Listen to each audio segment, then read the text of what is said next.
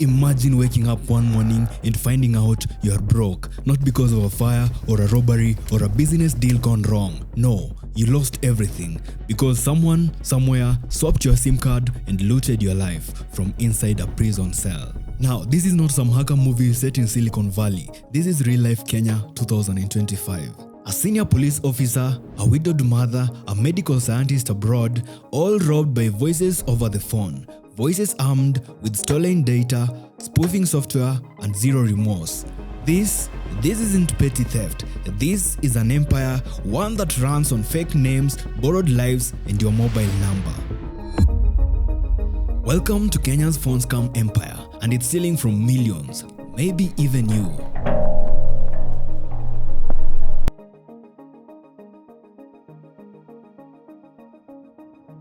January 4th, 2022, Peter Mwanzo, a respected Nairobi cop, receives a few weird calls from unknown numbers. He sighs, puts his phone on airplane mode, and 5 minutes later, he turns it back on, and nothing. No signal, no network, no warning. By the time Peter figures it out, it's over.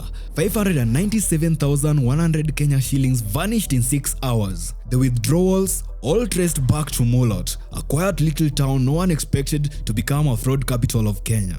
What makes this terrifying? Peter didn't share his PIN, he didn't click any shady link, and didn't even touch his phone. And yet, his money gone, his accounts hijacked. Even Fuliza loans were taken in his name. No blood, no violence, just a perfectly executed digital heist. And Peter, the man trained to catch criminals, just became the newest victim in Kenya's phone scam war. But if Peter was just the prey, who are the predators? To find them, we head deep into the forgotten town where scamming is not a crime, it's a career path.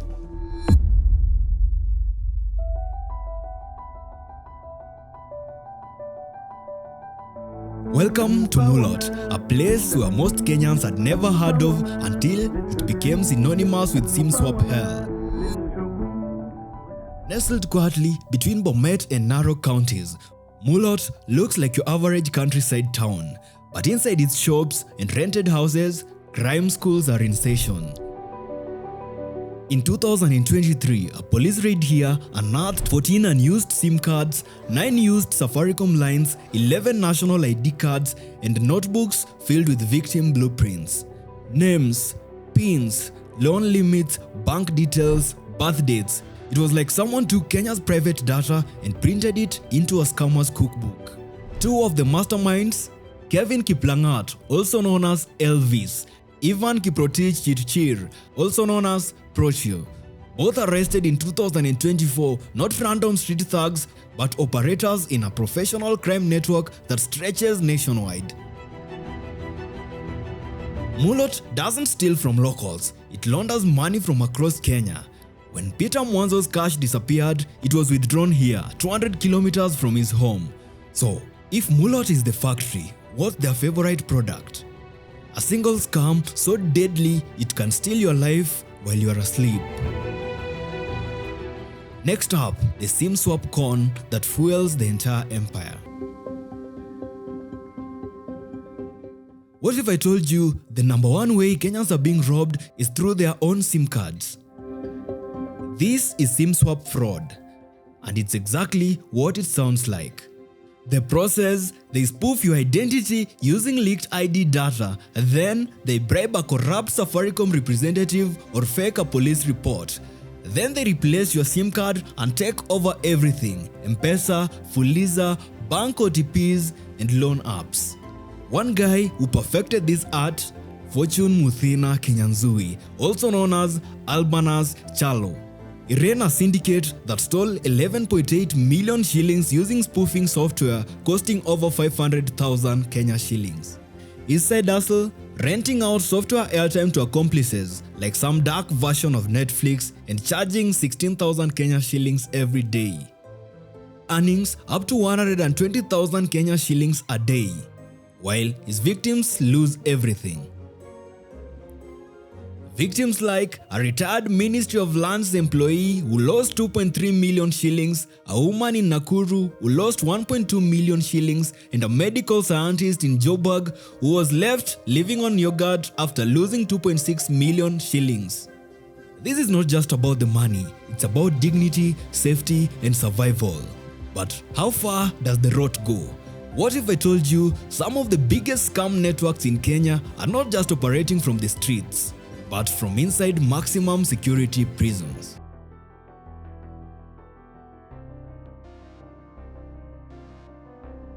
Let's get something straight. If you thought Kenya's phone scam syndicate was run from a secret basement or a dimly lit cyber cafe, think again. The real masterminds, they're doing time, maximum security time. Meet Kamiti Prison, or as fraud victims now call it, Scam Central. Here, inmates are not just serving sentences, they're running call centers from contraband phones. And not just a few bad apples, authorities estimate that over 70% of mobile fraud in Kenya can be traced to prison phones. So, how do they get phones in? Easy. Bribe a warden, smuggle in SIM cards, use unsuspecting relatives as data mules, and sometimes just pay off a guy who's supposed to be enforcing the rules. Here's the wildest part. When victims like Monica Kanyi or Peter Mwanzo got that call or that fake M-Pesa message, there's a solid chance the voice was dialing from a jail cell. Think about it. You are getting robbed by a guy who has no shoes, no internet, and no right to own a phone. But not all scams come from behind bars. Some are cooked up in full daylight, in cyber labs disguised as internet cafes with fake identities by tens of thousands. You've heard of Fuliza. Now, meet the Fuliza Fraud Factory.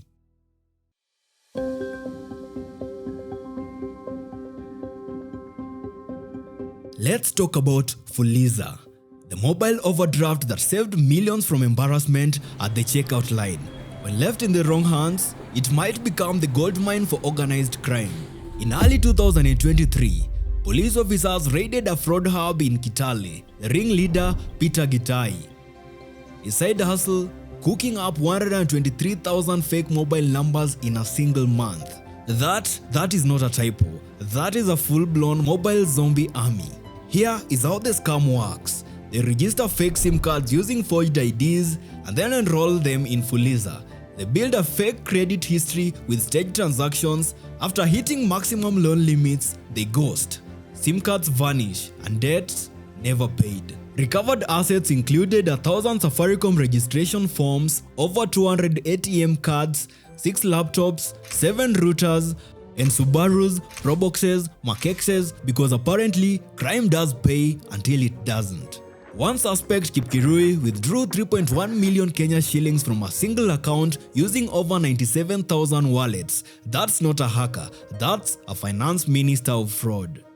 And the worst part, legitimate users, real people, are now flagged, delayed, or even denied loans because the system is flooded with ghost debt.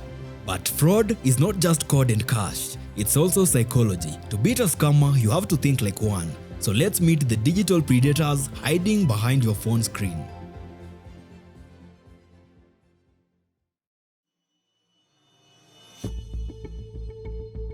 Who becomes a scammer? The shocking truth, most aren't your typical criminals. They are young, smart, educated, even talented. Some can code in Python, others build apps.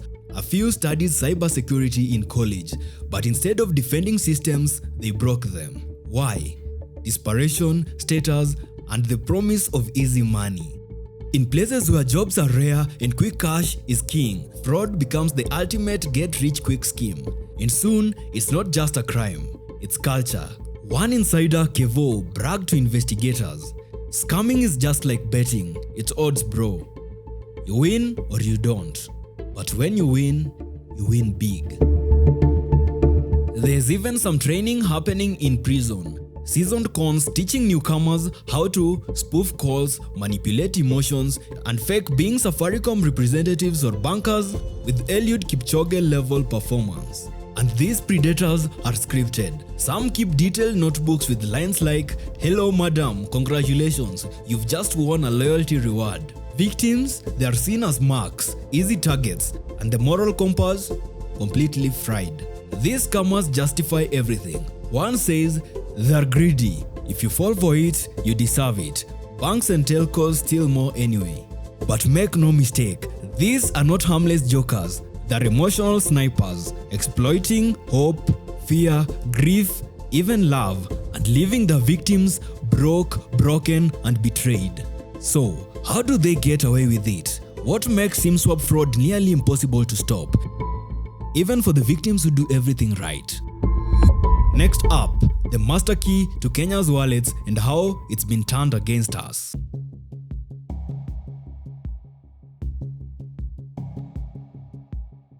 A SIM card, that little chip you barely think about, is the single point of failure in Kenya's digital life. Banking, linked. M-Pesa, linked. Fuliza, Timiza, KCB, Mshwari, all linked. So what happens when someone clones that chip? They don't just steal your number, they become you. And this is not guesswork. They have inside help, sometimes from rogue Safaricom agents, sometimes from criminals with access to government databases. Like Peter Gitai's ring, they had so much access they could pre-fill loan forms, spoof identity verifications, even bypass KYC checks. And once your SIM is swapped, your phone goes, no service. You can't receive bank OTPs, and in less than 30 minutes, your money is gone. Even worse, victims often blame themselves, not knowing the system was rigged against them from the start. But SIM swaps are not just one weapon. Some scams don't need humans at all, just an app.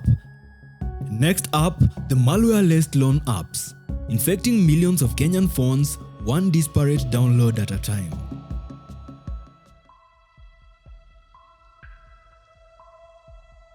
Let's say your kid is sick, you've got 1,000 Kenya shillings left and no savings.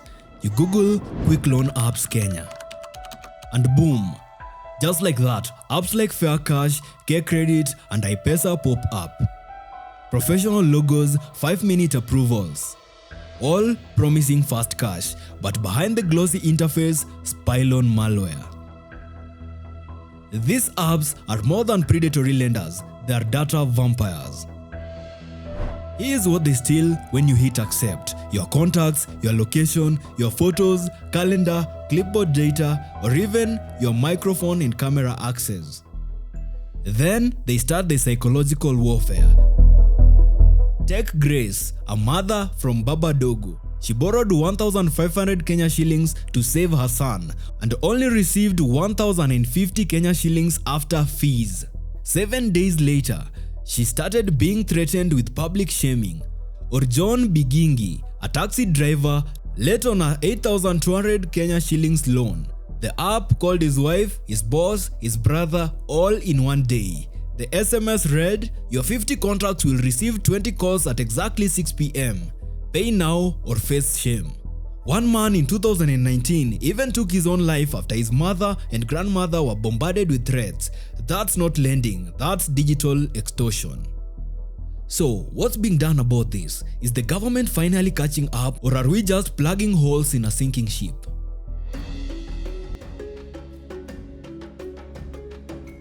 In 2024, Kenya finally said enough. Operation Serengeti, led by Interpol, made over 1,000 arrests across Africa, including 24 in Kenya. The bust uncovered SWIFT-linked bank transfers, shell companies in United Arab Emirates, China, Nigeria, millions lost to credit card fraud, and prison-to-prison syndicate networks. At home, the DCI and CBK ramped up action. 124,000 suspicious SIM cards shut down. 33 Safaricom employees fired for fraud. Mobile loan apps licenses cut from 480 plus to 51. Even Safaricom stepped up. SIM swap lock, voice biometrics, partnered fraud hotlines with banks. But here's the problem, the system still bleeds. One case in Bomet collapsed because prosecutors missed 14-day telecom data deadline. Others, the suspects were already back in business before the ink dried. Because this is not just a crime wave, it's a crime economy, and dismantling it takes more than arrests, it takes a cultural shift. And that's where you come in. because the war against phone scams might just be the defining fight of our digital future.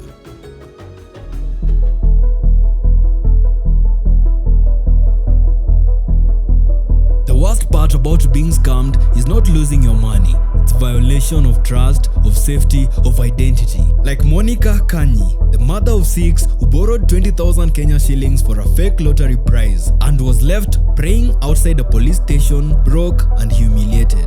Like Farah Bashir, stranded in Johannesburg, sipping yogurt and crying alone because 2.6 million vanished overnight. Or the widow whose dead husband's SIM card was fraudulently revived and used to take loans in his name. These are not just statistics. These are your neighbors, your parents, you. But here's the good news. Awareness is spreading. Communities are staging plays to warn others. Victims are becoming advocates. Even Peter Mwanzo, the officer who was scammed, now teaches fraud prevention seminars. Because once you know how the scam works, you can break the cycle. At its core, Kenya's phone scam empire is not just a story of fraud. It's a story of power versus vulnerability, access versus trust, opportunity versus exploitation. We built one of the world's most advanced mobile money ecosystems, and the criminals learned how to ride it like a stolen car. But we can outsmart them, not with paranoia, but with knowledge. Not with fear, but with systems that protect the most vulnerable. So next time your phone rings, ask yourself, who's really on the other end of the line? Because in this empire, the only thing scarier than being a target is not knowing you already were one. If this story moved you, share it. Your cousin, your mom, your best friend. Someone will get a scam call this week. Help them hang up. Help them lock their SIMs. Help them protect their story. Because the scam empire wins in silence, but awareness, that's our revenge.